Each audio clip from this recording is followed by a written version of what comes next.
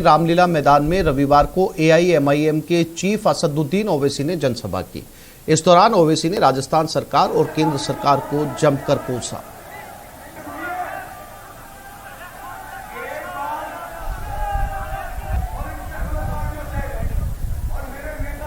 राजस्थान में higher level of education में सबसे ज्यादा ड्रॉप आउट रेट है मुसलमानों का।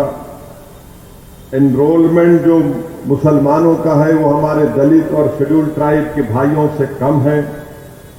माने पूरे स्कूलिंग के अगर आप पहली जमात से फर्स्ट क्लास से 8, 9, 10 तक 11 तक देखें तो सबसे कम एनरोलमेंट होता है। राजस्थान में मुसलमानों की आबादी 9% और हायर एजुकेशन में एनरोलमेंट होता है सिर्फ 2%।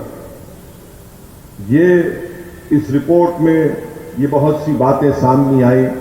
मिसाल के तौर पर अगर कोई मुसलमान अपनी बहू को, अपनी वाइफ को या अपनी बेटी को डिलीवरी के लिए अस्पताल लेकर जाता है तो उसको कम से कम 4,300 रुपये खर्चना पड़ता है, जो तमाम दीगर बरादरियों से ज्यादा अखराजात उनको खर्चा करना पड़ता है। और अलवर सांसद बाबा बालकनाथ के फिर बोल बिगड़े। बाबा बालकनाथ ने कांग्रेस सरकार को मुगलिया सरकार करार दिया है।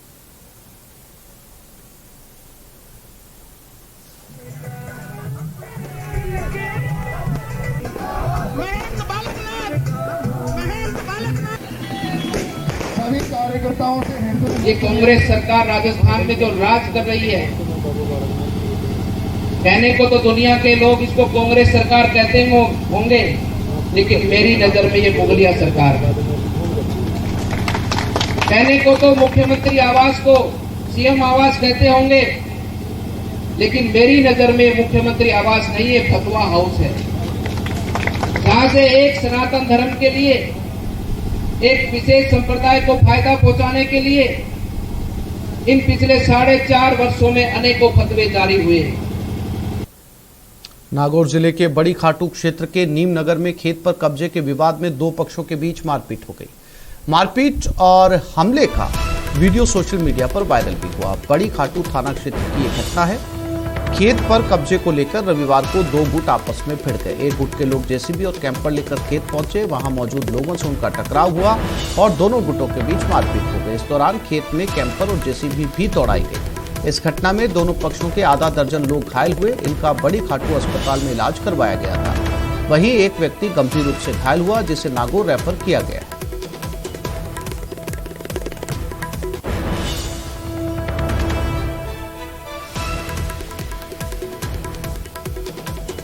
और सीकर के फतेहपुर कस्बे में देर रात बदमाशों ने शराब ठेके पर जमकर आतंक मचाया। बदमाशों ने ठेके पर मौजूद युवकों के साथ मारपीट की। इसके बाद अपनी कैंपर गाड़ियों से टक्कर मारकर ठेके को तोड़ दिया गया। फतेहपुर बाईपास पर स्थित शराब ठेके पर पूरी रात हुए इस घटनाक्रम में रात भर पुलिस बदमाशों की तलाश करती रही, लेकिन हाथ नहीं लगे। जानकारी के मुताबिक रात करीब 1 बजे फतेहपुर बाईपास पर स्थित शराब ठेके पर कुछ युवक आए। उन्होंने वहां मौजूद युवकों के साथ मारपीट की।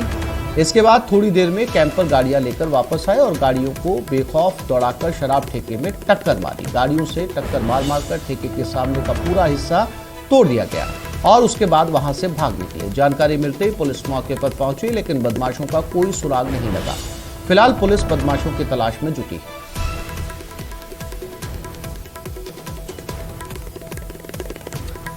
ये फतेहपुर शेखावटी की घटना है जो कि और ये जो शराब का ठेका है ये जयपुर बीकानेर हाईवे पर इसे कहा जा सकता है।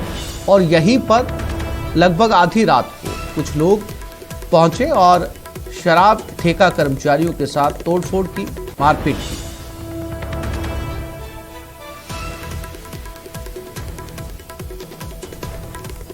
और ये खबर कोटा से। कोचिंग नगरी में फिर चाकूबाजी हुई। विक्रम चौक इलाके में चाकू मारकर युवक को घायल कर दिया गया। घायल सुनील को एमबीएस अस्पताल में भर्ती करवाया गया। जांच में रामपुरा पुलिस, कोतवाली थाना पुलिस जुटी।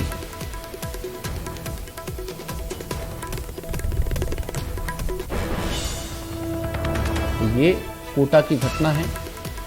यहां पर एक बार फिर से चाकूबाजी हुई। कोटा में चाकूबाजी की घटनाएं आम हैं और पुलिस इन चाकूबाजी की घटनाओं पर लगाम लगाने में अब तक नाकाम रही।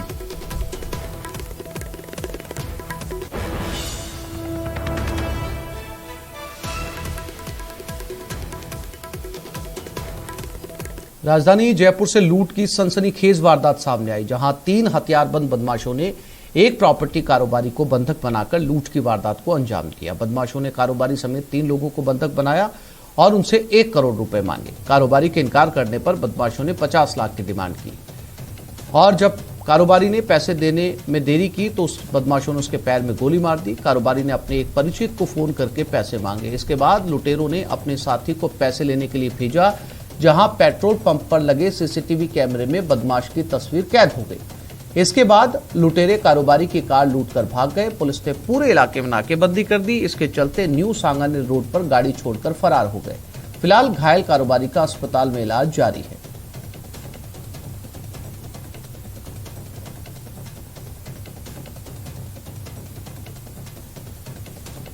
तो ये राजधानी जयपुर की घटना है। यहां पर एक कारोबारी को अगवा किया गया, उससे पैसे मांगे गए। पहले 1 करोड़ रुपए मांगे गए। जब उसने 1 करोड़ रुपए देने में असमर्थता जताई तो उससे 50 लाख रुपए पर डील तय की गई और जब उसने 50 लाख देने से भी इनकार किया तो बदमाशों ने उसके पैर में गोली मार दी। इसके बाद मजबूरी में इस व्यापारी ने अपने किसी साथी व्यापारी को कॉल किया। विष्णु हमारे साथ जुड़ गए, उनसे बात करते हैं। विष्णु, राजधानी में एक बार फिर से लगभग अपहरण और किडनैपिंग का ये मामला सामने आया है। व्यापारी को गोली मारी है और पुलिस के हाथ अब भी खाली हैं या वो बदमाश पकड़े गए हैं? देखिए, घटना को करीब 12 घंटे से ज्यादा का वक्त बीत चुका है और पुलिस के हाथ अभी तक खाली है, कोई सुराग नहीं मिला है। लेकिन जो पेट्रोल पंप पर एक बदमाश का सीसीटीवी फुटेज सामने था, जिसके आधार पर पुलिस अब आगे बढ़ रही है। लेकिन अभी तक पुलिस की ओर से कोई खुलासा नहीं किया गया है। वहीं पर मैं आपको बताऊं कि इस पूरे मामले में जो तीनों बदमाश थे वो गैंगस्टर गोल्डी बराड़ के नाम से भी जो प्रॉपर्टी कारोबारी गणेश जाट उसको धमका रहे थे और उसी की धमकियां उसके नाम की धमकियां देकर के 1 करोड़ रुपए की फिरौती मांगी गई। लेकिन सबसे बड़ी बात है कि राजधानी जयपुर में जहां पर डिग्गी रोड पर इस प्रॉपर्टी कारोबारी का ऑफिस था, वहीं से महज कुछ दूरी के ऊपर पुलिस चौकी भी थी। उसके बावजूद बदमाश दोपहर 3 बजे इस ऑफिस में घुसते हैं। उसके बाद 2 से 3 घंटे तक गणेश जाट और 2-3 अन्य लोगों को बंधक बनाकर रखते हैं। 1 करोड़ की फिरौती मांगी जाती है और आखिरकार जब 10 लाख रुपए देने पर सहमति बनी तब बदमाशों ने अपने एक साथी को चोरोडिया पेट्रोल पंप पर 10 लाख रुपए की रकम देने के लिए भेजा। लेकिन तब भी जब रकम नहीं मिली तो आखिरकार बदमाशों ने गणेश जाट के पैरों में गोलियां मारी और वहां से उसी की कार लूट करके भाग निकले। जिसके बाद इस कार को कल देर रात को सुमेर नगर यानी न्यू सांगानेर रोड पर लावारिस हालत में बरामद कर लिया गया। ऐसे में पुलिस का मानना है कि नाकाबंदी को देख करके बदमाश कारोबारी की जो कार लूटी गई कार थी उसको छोड़कर भाग निकले। जी विष्णु, इस तमाम जानकारी के लिए आपका धन्यवाद।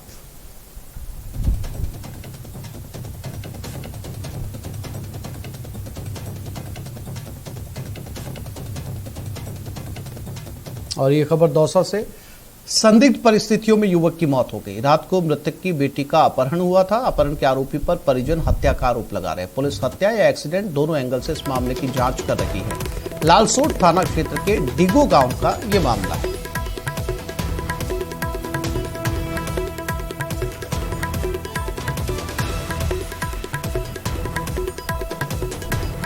तो पुलिस इसमें एक्सीडेंट और मर्डर दोनों एंगल से जांच कर रही है। लालसोट थाना क्षेत्र का मामला बताया जा रहा है कि संदिग्ध परिस्थितियों में एक युवक की मौत हुई है। आशीष हमारे साथ जुड़ गए। आशीष, ये एक्सीडेंट था या मर्डर? बिल्कुल, इस मामले में पुलिस अभी जांच कर रही है क्योंकि जिस व्यक्ति की मौत हुई है, जिसका नाम नवल सिंह है, इसके घर में धार्मिक आयोजन था। जैसे ही रात को करीब 12 से 1 बजे के बीच धार्मिक आयोजन खत्म हुआ तो वो जब घर आया तो उसकी बेटी गायब थी। जिसके बाद वो अपहरण की संभावना को देखते हुए आसपास के गांवों में तलाश कर रहे थे। इसी दौरान यह घटनाक्रम हुआ। ये एक्सीडेंट है या फिर मर्डर, इस बारे में पुलिस जांच कर रही है। प्रथम दृष्टया पुलिस इसको एक्सीडेंट मान रही है। वहीं हत्या के आरोप जो परिजनों ने लगाए हैं उस एंगल से भी पुलिस जांच कर रही है। हालांकि जो मृतक था उसकी बेटी भी अब आ चुकी है। अब इसमें अपहरण का मामला है या फिर अन्य कोई मामला है उसकी भी पुलिस जांच कर रही है। फिलहाल शव को लालसोट अस्पताल की मोर्चरी में शिफ्ट करा रखा है और परिजन आरोप लगा रहे हैं कि जो उसकी बेटी का अपहरण करके ले गया था उसने ही ये हत्या की वारदात को अंजाम दिया है। ऐसे में पुलिस अब परिजनों से समझाइश कर रही है ताकि शव का पोस्टमार्टम हो सके और उसके बाद में जो भी इसमें कारण सामने आए, जो भी तथ्य सामने आए, उस आधार पर कार्रवाई की जा सके। जानकारी के लिए आपका धन्यवाद।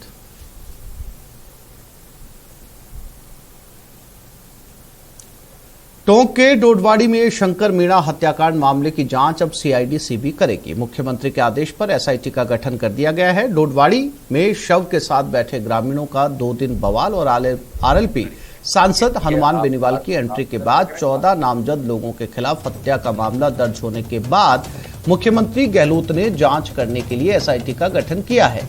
एडीजी क्राइम दिनेश एमएन के निर्देश पर सीआईडी सीबी की टीम आज पीपलू पहुंची और घटनास्थल का दौरा कर पीपलू थाने में पीड़ित परिजनों से मुलाकात कर जिले के एसपी राजश्री राज वर्मा और मालपुरा एएसपी राकेश कुमार से चर्चा की। सीआईडी सीबी के एएसपी आशाराम चौधरी और नीम सिंह समेत इस मामले की जांच के लिए आज पुलिसकर्मियों को एसआईटी में शामिल किया गया है। हत्याकांड मामले की जांच अब सीआईडी सीबी करेगी। सरकार के निर्देश के बाद सीआईडी सीबी के अधिकारी आज टोंक पहुंचे और घटना स्थल पर पहुंचकर पीपलू थाने में जिले के अधिकारियों और पूरे घटनाक्रम से जुड़े लोगों से बातचीत की। आपको बता दें कि 2 दिन बवाल होने के बाद हनुमान बेनीवाल की एंट्री के बाद एसपी और कलेक्टर की मौजूदगी में सहमति बनी थी और पूरे मामले में दोषियों के खिलाफ हत्या का मुकदमा दर्ज होने के बाद सहमति बनी। अब पूरे मामले की जांच सीआईडी सीबी करेगी। न्यूज़ 18 राजस्थान, दौलत पारिक, टोंक। बीकानेर के डूंगरगढ़ में नाबालिग छात्रा के गायब होने का मामला गरमाया हुआ है। 3 दिनों से गायब छात्रा का अभी तक कोई सुराग नहीं मिल पाया। इसे लेकर शहर के लोगों में काफी गुस्सा है। इसी मामले को लेकर लोगों ने थाने का घेराव किया और शहर की दुकानें बंद की गई।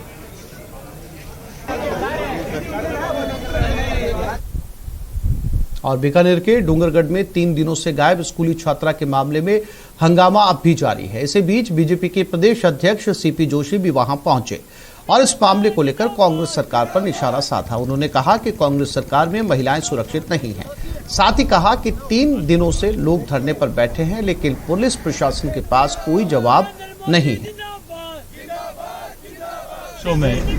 एक ऐसी सरकार आई जिसकी लचर कानून व्यवस्था के कारण अपराधियों में भय समाप्त हो गया। जिस प्रकार की दुष्कर्म की घटनाएं, अपहरण की घटनाएं बढ़ रही हैं, छेड़छाड़ की घटनाएं बढ़ रही हैं, मुझे लगता है पुलिस का इकबाल खत्म हो गया और जनता का इस सरकार से और प्रशासन से विश्वास समाप्त हो गया। जिस प्रकार से इस घटना का आप जिक्र कर रहे हैं, कई दिनों से लगातार 3-4 दिनों से लोग थाने के बाहर बैठे हैं और बच्ची गायब और प्रशासन अभी तक उसका जवाब देने को तैयार नहीं है। करौली के सपोटरा में करणपुर घाटी में करीब 125 फीट गहरी खाई में रविवार को एक 108 एम्बुलेंस बेकाबू हो गई। चालक की सूझबूझ के चलते वो खाई में गिरने से बच गई। 108 एम्बुलेंस के ईएमटी भरतलाल जाट और चालक त्रिलोक शर्मा घायल हो गए। सूचना मिलने पर करणपुर थाना मौके पर पहुंचा और घायलों को करणपुर अस्पताल पहुंचाया गया। चालक त्रिलोकनाथ शर्मा ने बताया कि 108 एम्बुलेंस खटारा हो गई है। उसकी मरम्मत के लिए उच्च अधिकारियों को कहा गया था। एक से 8 एम्बुलेंस और घाटी में नहीं कटने का कोई टेक्निकल खराबी आने के कारण वो घाटी में लटक गई, जिस पर ड्राइवर और कंडक्टर के छोटी मोटी चोट आई थी, कंपाउंडर और ड्राइवर के।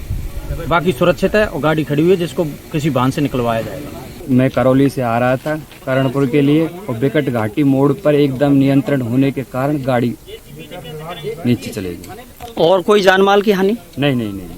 वैसे बच गए हम। सुरक्षित बच गए। एम्बुलेंस भी और आप भी? हाँ, ऊपर वाले। कितने लोग थे इसमें? 2 ही थे। टोंक जिले में आज शाम जोरदार बरसात हुई, यानी कि बीती हुई शाम को। इसके बाद शहर की सड़कें तालाब बन गए और घरों और दुकानों में पानी भर गया। इसकी वजह से शहर के लोगों को काफी परेशानियों का सामना करना पड़ा। नालों की सफाई नहीं होने की वजह से लोग लोगों को शहर में आने जाने में खासी परेशानी हुई। गुजरात के भावनगर से यह खबर है, कार के पानी में डूबने से 3 लोगों की मौत हो गई। तलाजा के पुराने कामरोल गांव में पानी में कार डूब गई। हादसे में एक बच्चे समेत 3 लोगों की मौत हो गई। तलाजा के पावथी गांव में रहने वाले थे सभी। कमरोल गांव के पास बहने वाले नाले के बहाव में कार फंस गई। कार में सवार 5 लोगों में से एक बच्चे समेत 3 लोगों की डूबने से मौत हो गई।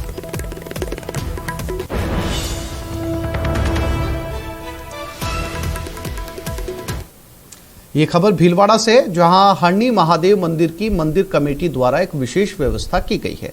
मंदिर ट्रस्ट द्वारा मंदिर परिसर में कई जगहों पर सूचना बोर्ड लगाए गए हैं। इसमें मंदिर में आने वाले भक्तों को साफ तौर पर सूचित किया गया है कि अमर्यादित वस्त्रों को पहनकर कोई भी भक्त अब मंदिर में नहीं आ सकता। इसका पालन करने से मंदिर में सनातनी धर्म का प्रचार होगा। वहीं मंदिर कमेटी द्वारा की गई इस व्यवस्थाओं को लेकर भक्तों ने भी सराहना की है। हरणी महादेव मंदिर की व्यवस्थाओं का जायजा लिया हमारे संवाददाता राहुल कौशिक ने। हम खड़े हैं भिलवाड़ा के हरणी महादेव मंदिर में। जैसा कि आप देख सकते हैं, यहाँ पे एक सूचना लगाई गई है। जो लोग यहाँ पे दर्शन करने आ रहे हैं उनके लिए सूचना लगाई गई है। आग्रह किया गया है कि जो वस्त्र वो पहन के आ रहे हैं, जिस तरीके से मंदिर में वो आ रहे हैं, सही तरीके से आए, मर्यादित रूप से आए। जो सनातन धर्म के जो भक्त यहाँ पे आ रहे हैं, जो दर्शन करने आ रहे हैं, उनको एक तरीके से यहाँ पे वस्त्र पहनने चाहिए। यहाँ पे ये इस प्रकार का आग्रह किया गया है। हमारे पास साथ महादेव जाट हैं जो यहाँ के व्यवस्थापक है, ये इनसे बात करते हैं। आपने ये आग्रह किया है, क्या कारण रहे इस आग्रह करने के? जी सर, देखिए, मंदिर हमारे सनातन धर्म की धरोहर है। हम इसको जितना संभाल के रखेंगे उतना ही हम हिंदू धर्म आगे रहेगा। क्योंकि कितनी बार लोग बाग हम कहते तो भी कि जैसे किसी ने बरमूडा पहन रखा है, कोई किसी ने नाइट सूट पहन रखा है, मतलब पता ही नहीं है लोगों को कि हम जा कहाँ रहे हैं। अब ये एक धार्मिक मंदिर है, इतना बड़ा मंदिर है शहर का, लोगों को थोड़ा सोचना चाहिए इस बारे में कि भी हम कम से कम ऐसे वस्त्र तो कम से कम मंदिर में पहन के नहीं जावे। बिल्कुल सही है, ये आग्रह किया गया है। जो सभी मंदिरों में मतलब ये वस्त्र पहन के जाते हैं तो पूरे ही पहन के जाते हैं, ऐसे सही तरीके से वस्त्र पहनते हैं। तो यहाँ पर भी सब जनों को सही वस्त्र पहन के यहाँ आना चाहिए और मंदिर से बाहर नहीं, और अंदर ही मतलब सिर पे चुन्नी लेके फिर है ना मंदिर के दर्शन करने चाहिए। वैसे तो हर जगह अपने अपने नियम कायदे कानून होते हैं, वैसे अपना भी थोड़ा कुछ बढ़ना चाहिए। जैसे पहले तो बहुत कुछ होता था, जो घूंघट डालना वगैरह, लेकिन अब तो बहुत कम हो चुका है। अब तो स्कर्ट वगैरह सब टॉप पहन के जा रहे हैं मंदिर में। अगर आप स्कर्ट टॉप की जगह सूट भी पहन के आओगे, सिर पे चुन्नी डालोगे तो क्या प्रॉब्लम है उसमें? साड़ी ना सही, कम से कम सूट तो पहन के आ ही सकते हो सके जहाँ तक साड़ी हो तो बहुत ही अच्छा है। अगर आप स्कर्ट टॉप पहन के आए तो उसके मर्यादा का पालन करते हुए बाहर से दर्शन करके आप जाओगे तो और ज़्यादा बेस्ट रहेगा। जितना भी अपन अपना सनातन धर्म बढ़ाना चाहते हैं उतना बढ़ाए, मर्यादा में रहे तो अपनी मतलब और बच्चे भी जागृत होंगे इसके लिए, अपनी संस्कृति बढ़ेगी और उसके अलावा भी अपने बच्चों को अपन सिखाएंगे तो वो ज़्यादा अच्छा रहेगा। वीडियो जर्नलिस्ट अंकुर सनाटी के साथ राहुल कौशिक, न्यूज़ 18 भिलवाड़ा।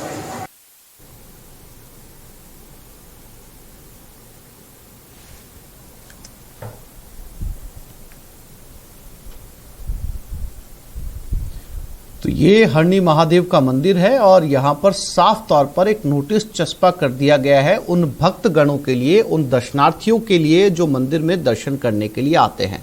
गुजारिश की गई है कि छोटे वस्त्र ना पहने, हाफ पैंट ना पहने, बरमूडा ना पहने, स्कर्ट ना पहने, कपड़े इस तरीके से, लिबादा इस तरीके से हो कि शरीर ढका हुआ हो, सिर ढका हुआ हो, उसके बाद मंदिर में दर्शनों के लिए आए। ये नोटिस यहाँ पर चस्पा किया गया है और भक्तों से जो बात की गई या जो दर्शनार्थी यहाँ पर पहुंचते हैं उन्होंने कहा मंदिर की ये पहल अच्छी है और मंदिर में जो है वो पूरे कपड़े पहनकर ही आकर भगवान के दर्शन करने चाहिए। हालांकि इस नोटिस बोर्ड में कई तरीके के आउटफिट के नाम भी लिखे गए, लेकिन साफ तौर पर मैसेज ये है कि किसी भी तरीके के जो आधे कपड़े होते हैं वो ना पहनकर आए जाएं। तो इस बुलेटिन में फिलहाल इतना ही। नमस्कार।